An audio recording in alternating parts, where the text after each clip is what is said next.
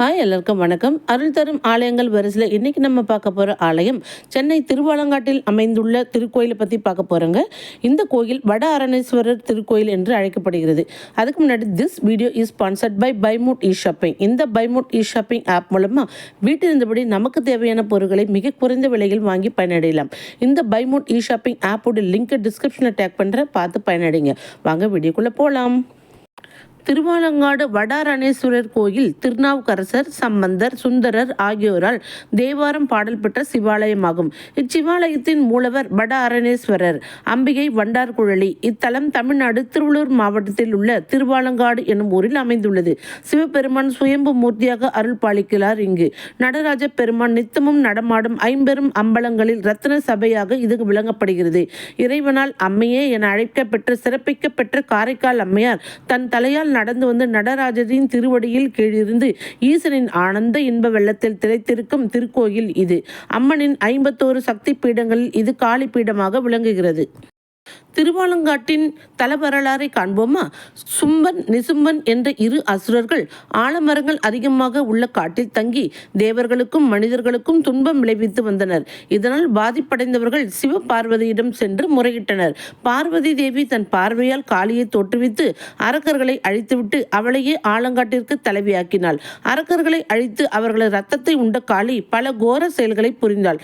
இதனால் முஞ்சிகேச கார்கோடக முனிவரின் வேண்டுகோளுக்கிணங்க சிவன் கோர வடிவம் கொண்டு ஆலங்காட்டை அடைந்தார். அவரை கண்ட காளி, நீ என்னுடன் நடனமாடி வெற்றி பெற்றால் இந்த ஆலங்காட்டை ஆளலாம் என்றார். சிவனும் காளியுடன் ஊர்த்துவ தாண்டவம் ஆடினார்.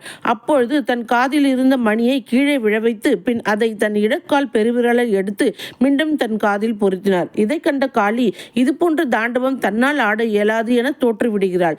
அப்பொழுது காளியின் முன் இறைவன் தோன்றி, என்னையன்றி உனக்கு சமமானவர் வேறு யாரும் கிடையாது. எனவே இத்தலத்தில் என்னை வழிபாடு செய்ய வருபவர்கள் முதலில் உன்னை வழிபாடு செய்த பின் என்னை வழிபட்டால்தான் முழு பலனும் அவர்களுக்கு கிடைக்கும் என்று வரமளித்தார். அன்றிலிருந்து காளி தனி கோயில் கொண்டு அருள் பாலிக்கிறாள் இத்தலத்தில். இந்த திருவாலங்காடு வட அரணேஸ்வரர் திருக்கோயிலில் மாந்தி தோஷம் பரிகாரங்களுக்கு பெயர் பெற்றது. இந்த கோயிலில் மாந்தி தோஷம் நீக்கும் பரிகார பூஜைகள் செய்யப்படுகின்றன. மேலும் திருமண தடைகள், சுபகாரிய தடைகள் போன்ற பிரச்சனைகளை தீர்க்கும் பரிகாரங்களுக்காகவும் பக்தர்கள் இங்கு வருகிறார்கள். மாந்தி தோஷ பரிகாரம். சனி பகவானின் மைந்தரான மாந்தி தாபத்தில் அமர்ந்திருந்த பொழுது சுவற்றிலிருந்து பள்ளி விழுந்ததால் மாந்திக்கு தீய பலன் ஏற்பட்டது. இந்த நிகழ்வை நினைவு கூர்ந்து மாந்தி தோஷம் பரிகாரம் செய்யப்படுகிறது.